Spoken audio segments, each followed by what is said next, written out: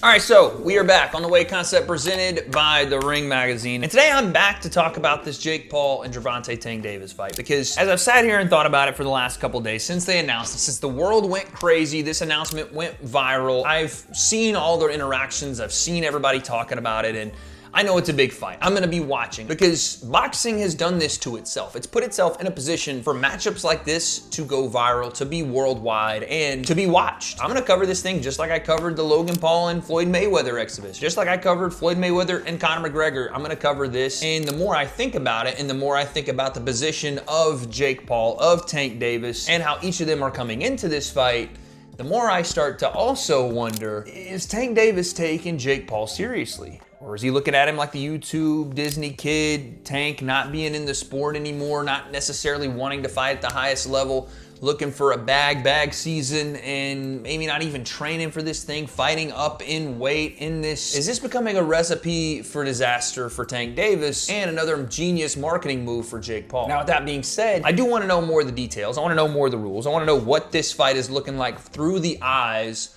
of at least one of the guys in it, because as of right now, Gervonta Tank Davis has said nothing. He has said not a lick about this fight. On the other hand, the master marketer that he is has already dropped a video called "I'm Fighting Gervonta Davis." And I want to take a look at this, see if one, there's any details that I missed, and two, how Jake is gonna spin this. Because as we all know, as a competitive sport boxing fan, this is nonsense. It doesn't make any sense for the sport, for Tank as a world champion fighting Jake Paul, as Jake Paul trying to become a world champion fighting Tank.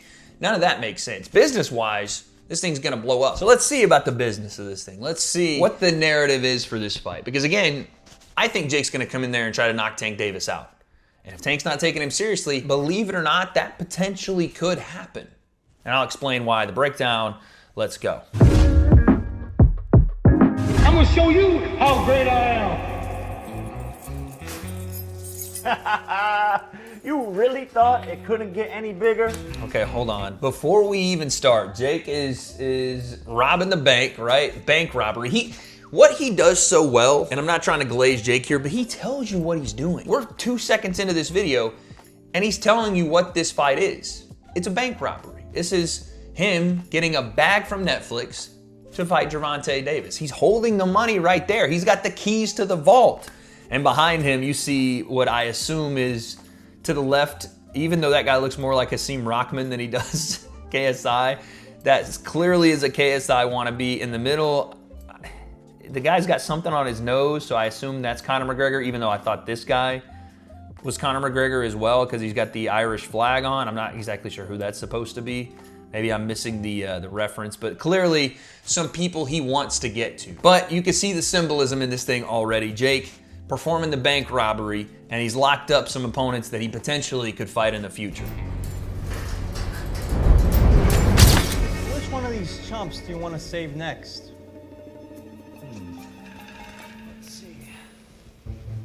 I don't give a bollocks, mate. Fuck you right now, mate. The only thing you should be fighting is your addiction. Me training. Yeah. It's good. I mean, I don't give a bollocks, mate. I'll fight you right now, mate. I love the amalgamation of what Conor McGregor is supposed to be when like they have these people imitate him. Especially this, like KSI as well. It's the worst like American trying to imitate Irish. It's kind of like me trying to do Conor's voice, but that actually kind of makes it funnier, I'm not gonna lie. I still don't know, who is this guy supposed to be? I thought that was the Irish flag. I was like, who is it? That's clearly Canelo.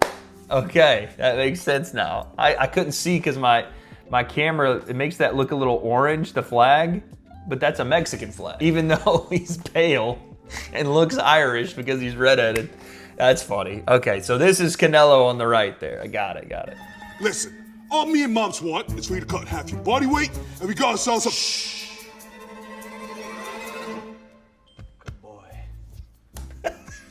So again, that's supposed to represent KSI. All me and Mams want is for you to cut half your body weight, and we got ourselves a fight. So he's obviously exaggerating. Jake does not weigh fucking 300 pounds.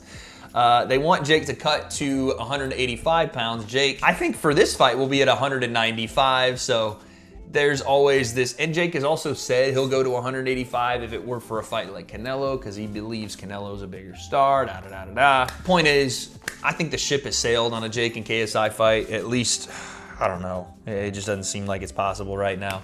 But we've been over that so many times, let's just move on. This is my call out. J. Paul, what's up? What up, J. Paul? Gervonta. This is insane. This has got to be some. Where did they find this guy? Is that an actual little person? Like, I don't know. That's right, Gervonta Tank Davis Gervonta Davis. All right, buddy. versus me, baby. But before we talk about that, I need you to answer one thing. What's the world's biggest critique of Jake Paul? Everybody keeps calling for Jake Paul to fight a real boxer. Real boxer. The time has come to get in the ring with boxers. Exactly. Fight a real boxer. Well, how about the man himself, an undefeated world champion, knockout artist, Gervonta Tank Davis? I told you, man. I told you. This guy understands narratives. He understands how to set them and reframe them. What he's doing here is taking the ambiguity of people saying, Jake, you should fight a real boxer, and morphing that into fighting, Tank Davis, where we all understand that Tank Davis is a real boxer, a world champion, but he's about 60 pounds less than Jake, and in any formal setting, it doesn't make any sense to have that as a real fight versus a real boxer. But you see that. You know that's what's going on. So he's taken the open-ended nature of fight a real boxer or fight a real fighter and going, I will do that, but I'm gonna have my advantage as well. Like, yeah, I'll do it, but also I'm gonna, and again, Jake's only been boxing for 5, 6, 7 years now. It isn't necessarily far-fetched to try to have his own advantages when trying to fight other boxers that have been far more experienced than him, but this one's a little too much, right? This one is crazy because of the massive weight difference. It doesn't make a ton of sense. But again, as far as a sport fight is concerned, I wanna make sure I make that clear. Again, this is not me hating on it, because I do think that both guys have been very upfront with what they're doing in this fight and what their goals are with these kind of events. But the narrative Jake's trying to create as if this is like proving anything for him fighting a real fighter when Gervonta is so much smaller than he is. It'll prove something in the fact that Jake is willing to put on great events, but it won't prove anything to the people that are asking him to fight a real fighter. I will say though, if Jake goes out and flatlines Gervonta, the casual audience that will say Gervonta smokes Jake completely and utterly, like it wouldn't even be close, that will change their minds a little bit. Not the people that know boxing, but the people that are going to watch this, the casual viewer that know the name Gervonta Davis and know the name Jake Paul. If he is to compete with Gervonta at all or look good in that fight, people will in some way accept that. Or they'll do the other thing where they just say the fight's rigged, which has never been the case, but you get what I'm saying. What Jake is doing is trying to convince a casual audience that he belongs in the ring with bigger names. If he's able to hurt Gervonta at all, that might actually do it. The undefeated lightweight champion of the world. With a record of 30-0, 28 knockouts. And this one is over. The brick He's been hand. boxing since he was 5 years old and turned pro when he was 18. Gervonta Davis at 22 becomes the youngest champion in boxing. And guess what? Just like everybody, he's been running that third grade mouth for years now, saying I need to fight a real boxer. He got to fight a actual fighter now, like a fighter. Who was somebody you could see him fighting, like Me. a real you? Yeah. Well, little man, congratulations. You got your wish. Friday, November 14th, Atlanta, Georgia. Once again on the biggest platform in the world, Netflix. Gervonta Davis versus Jake motherfucking Paul. However, get my money and getting out of here. Did you see what Tank said right there? I'm gonna get my money and get out of there. This has been his entire attitude toward the sport. And he's told you guys, and this is why I don't really have a problem with this fight as much as some other people do, is like Tank has told you, and Jake is telling you what this is. Tank does not like boxing. He has to box. And he said this before in many interviews. I mean, at least he's upfront about it, right? And Jake has said, listen, I'm putting on big events and then I'm gonna try to get the world title and then I'm gonna put on a big event and world title. Jake has kind of told you that this is the avenue he's gonna take. And no, it's not gonna satisfy the people that want him to actually fight his way to a world title, meaning get through the ranks of the W.A.D.E, whatever it is. fight the guys in front of him to get the right to earn a world title shot. That's never gonna happen, by the way. Jake is not gonna fight number 15, 13, 8, 5 world title. That's not going down. I think that probably should be the way he earns a world title shot, but that's not how this is gonna go. So there's some criticism that can be leveled there, but the point is, when Tank comes into this fight, if he has that attitude, like I'm just getting my money and I'm out, again, if you're a Tank fan, I would start to worry about how seriously he's taking this. Because apparently, according to sources around the Tank camp, he wasn't as locked into training for the Lamont Roach fight. And that was a world title fight. Do you think he's gonna be more locked in to an exhibition with Jake Paul? Maybe because there's more money on the line. Maybe because there's more opportunity for his name to be seen on a world stage. Maybe. Or because there is so much money on the line, because it is guaranteed, because this isn't a real fight and it's an exhibition and he's fighting out of his weight class and his belt's not on the line and it won't go on his record. Maybe he doesn't train as hard. Maybe he does get a little more out of shape. Maybe the 150 or 160 that he fights at isn't an optimal weight for him to begin with, and Tank's not a massive output puncher as it stands. So when you're looking at this fight and you're looking at all the things Tank does well versus all the things he does badly and how that fits into a fight with a guy 60 pounds bigger than him that does have experience. It's not Logan Paul because Logan had no boxing experience. It's not Floyd Mayweather because Tank's not as good defensively. I mean, he was losing the fight to Mario Barrios before he knocked him out. Can he do something like that, take rounds off and then try to come back? And again, there's no judges probably, so does it matter? My point being, when you hear stuff like that from Tank and you see him not really talking about the fight, and you see him not super invested in the last couple of fights he's had. I'm not saying it's time to hit the panic button, but don't be surprised if things get a little weird if Tank is not taking this seriously. That's all I'm saying. And don't worry, for all of you Karens who accuse me of being on steroids as the reason for winning all of my fights, we have the strictest drug testing possible for this match. U.S. Anti-Doping Agency. Random drug tests at any moment. Oh, look. They're here now. Hey, USADA, me in the car. Looking good. See if you're on steroids. Clean as a whistle, contrary to what they say. And make no mistake. He is still a YouTuber, man. He still has some of that. I saw a video that was like Jake Paul in 2017 versus Tank Davis in 2017, and it was like Jake's riding a freaking hoverboard and like doing skits on YouTube, and Tank's like knocking motherfuckers out. It's crazy. But that's interesting, and it's kind of why I wanted to watch this video. Tank and his team probably were very clear, because this is still a boxing match, or at least one that they think Jake is gonna take very seriously, because they got this to be USADA backed in their drug testing protocol. That's even more strict than anything in boxing right now. I'm gonna let you know. USADA drug testing is more stringent, is more strict, and they're probably gonna test Tank and Jake more than even WADE testing, because it is random, not just around fight week, but in camp, and again, probably multiple times in camp. That is a pretty big deal, and it does show that at least, I would assume both parties are on board with it, but at least Tank in some way and his team are looking at this like, okay, we can't just let this guy do whatever he wants. Not to say Jake would or has never been caught taking steroids, but they are making sure at least some parameters are in place. And since you doom scrollers and keyboard warriors think I'm gonna lose, I sent my friend Brandon to see what the public had to say about this fight. All right, we're here in New York City, and we're gonna ask people what they think about Jake Paul versus Tank Davis. This is what I'm talking about. This is exactly what I'm talking about when I say Jake is a master of narratives and how he's going to get people to tune into this fight, how he's going to get the eyes of the world on this fight. When Jake is talking about the keyboard warriors or the doom scrollers or the people that say he needs to fight a real boxer, look at the examples he brought up. He did have Chris Mannix, who, fair play, Chris Mannix, one of the best in the business when it comes to covering and analyzing the sport of boxing. But look at the other people. It was just online Twitter accounts. It was Stephen A. Smith. It was the mainstream sports media that isn't necessarily as locked into the sport, or the casual fan that will pop up when a Gervonta Davis fights, or a Canelo Alvarez fights, or a Terrence Crawford, or whoever. Point is, they know the names and they know the narratives, and Jake is going to use that to his advantage. Who do you think's winning this fight, Jake Paul or Tank Davis? Tank all day. Tank Davis, Tank gonna fuck him up. Tank killing him. This nigga knocking this nigga out. He's gonna bust his ass. Tank Davis is the truth. So do you think Jake's a real fighter? No. No, the YouTuber. He's not a real fighter. Nah. Yeah, internet boxer, man. Get the fuck out of here. You think this is a fight Jake Paul would take? No. Nah.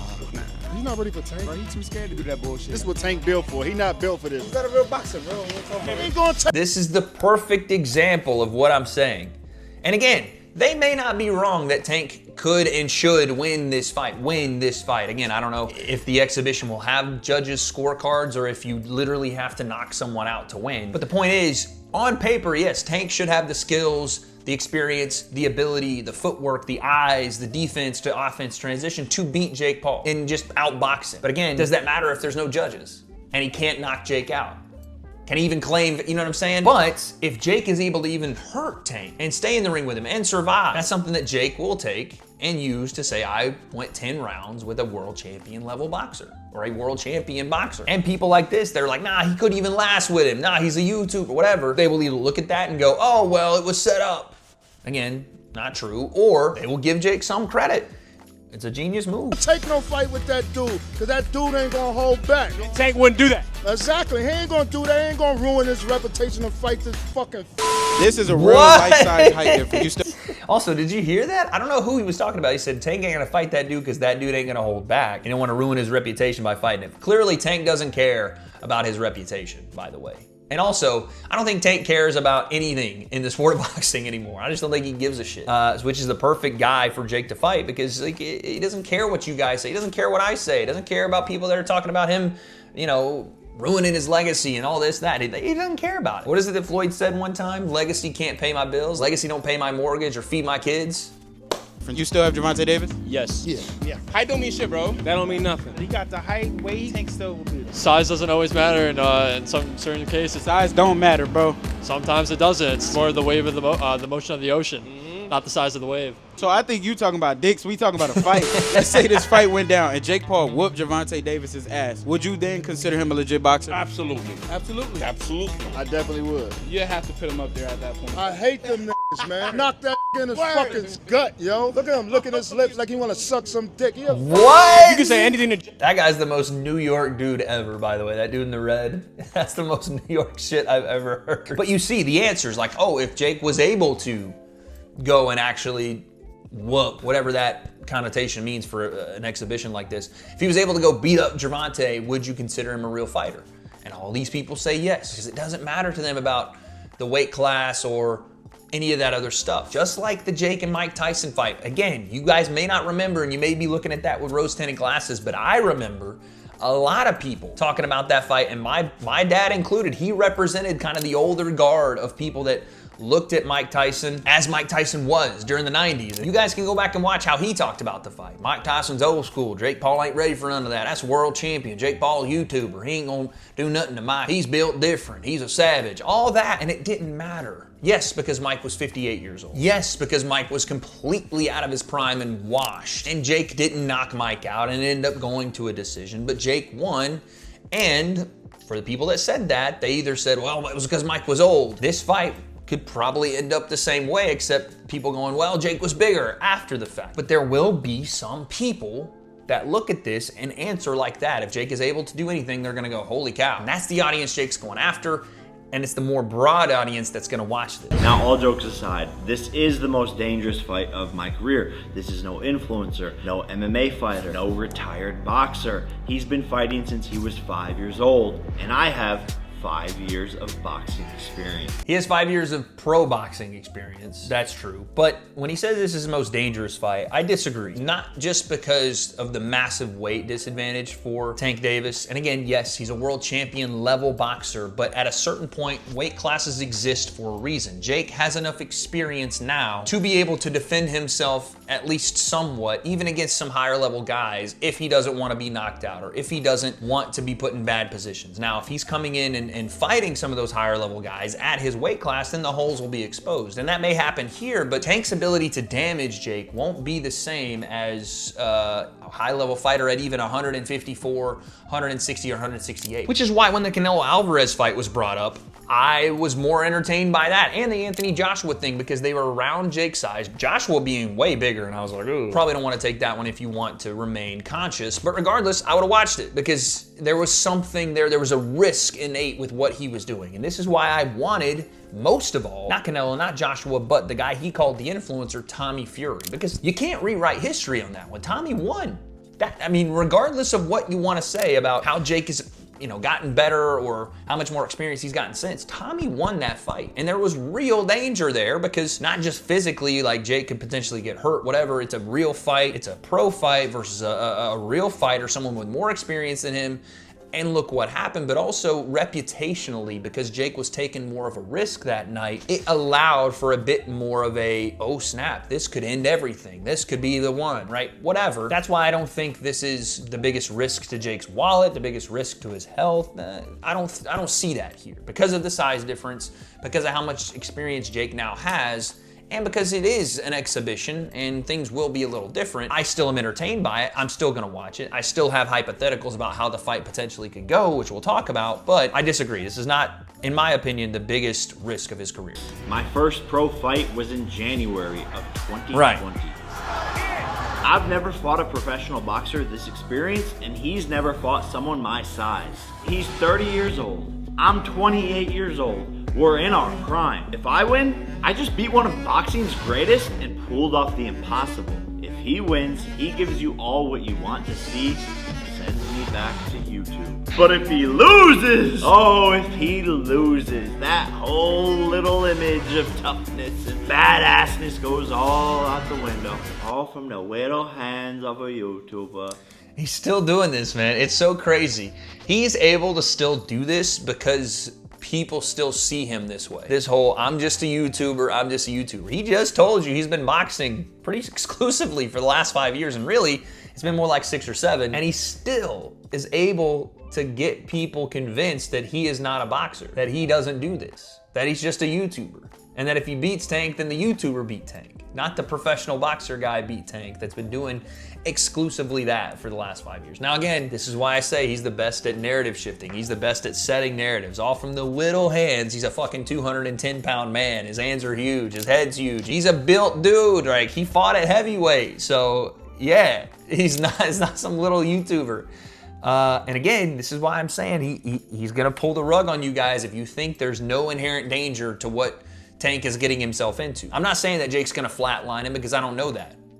If Tank takes it seriously and he actually trains and he does have a decent camp and he comes in at like 150 instead of like a 160 to 165, because I would not advise Tank try to match size with Jake Paul. That's not what butters his bread. That's not what makes him who he is. If he can be nimble, quick, speed, agility, obviously timing, execution, IQ, all of that Tank has and is slept on sometimes, that will be the difference maker. That will be why he's able to go out and show levels versus Jake Paul. If he comes in, doesn't train, shows up at 160, 165, out of shape, and just goes, you know what, I'm just better, I have better skills, and I'm just gonna rely on that, then this could get bad, and it could turn Jake Paul's way. And if Jake just lands one flush, clean shot, one big time right hand on Tank's temple or on his chin, that could change everything. I mean, that's a cruiserweight dude that can fucking punch with some experience and understanding in the sport. Believe that if you want, don't believe it if you want.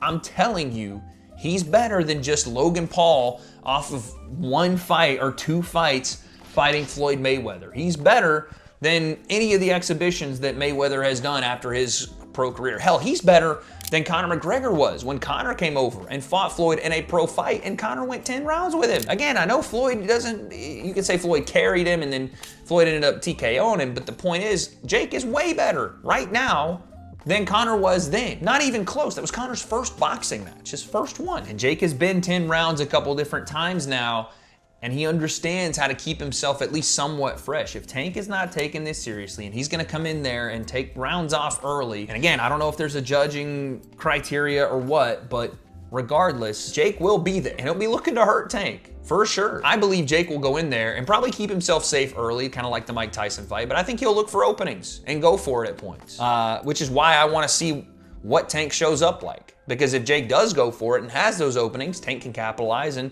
again, give everybody what they want, to be put on the canvas or hurt or whatever, but Tank better take this shit serious and not fall for all these little games Jake's playing right now. I'm the YouTuber. You don't want to get beat by the YouTuber, not the YouTuber. It's been 5 years he's been exclusively pro boxing. Don't fall for this shit. I promise you, this fight is not going the distance. Someone is getting slept and humbled. The pressure is on Gervonta, and I am beyond ready to pull off one of the greatest upsets in boxing history against an undefeated world champion. The biggest fight of 2025. Friday, November 14th, Atlanta, Georgia. Netflix, the biggest. 2 knockout artists, 1 winner. Someone's going to sleep. See you soon, little guy. There you go.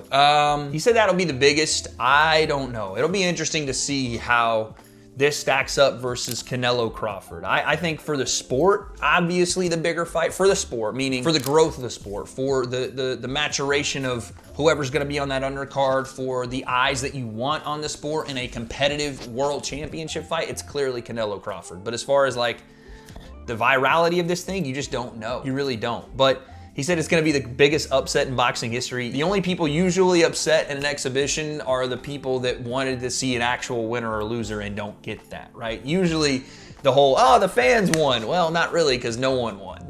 They went in there and nothing happened. So I wanna see someone hit the canvas. I accept this for the you know, entertainment event that it is and a bit of the circus nature of it, because that's what they're telling you it is. And they're both telling you that they're okay doing that. So I'm okay covering it and I'm okay watching it. I want to see if Gervonta's going to take it seriously. And I want to see if Jake can actually catch him with anything. I'll be honest. But the message at the end of this video is simple. Gervonta Tank Davis better take Jake seriously. And as of the last, I would say, year and a half, he doesn't feel like he's taken boxing very seriously at all. Not training as hard, not wanting to fight tough challenges, kind of cherry picking opponents and flat out ducking the rematch with Lamont Roach, wanting no part of Shakur Stevenson as well, and instead taking this because it's a bag, because that's all he wants out of the sport and that's all he wants to do in the sport anymore. There is no love, there is no actual passion for the sport. And if he shows up without having trained, without having prepared himself, even in the least bit, it may be a bad night for Tank Davis. And I'm saying that publicly because Jake, I know, will train. Jake, I know, will take this seriously because he's got more invested in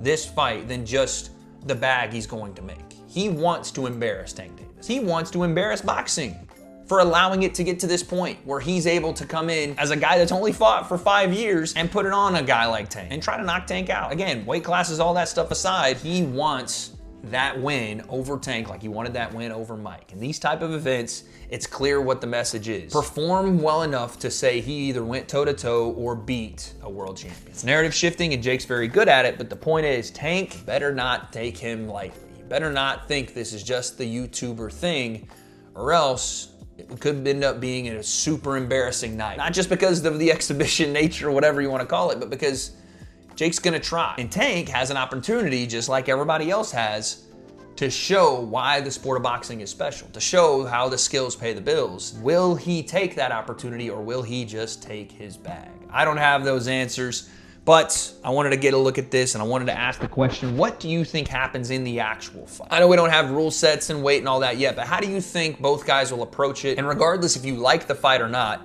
will you be watching? Will you be tuned in to see what Tank shows up, what Jake shows up? Because I don't have those answers. On November 14th, Jake versus Tank in Atlanta, Georgia on Netflix. What happens then? Guess we'll find out.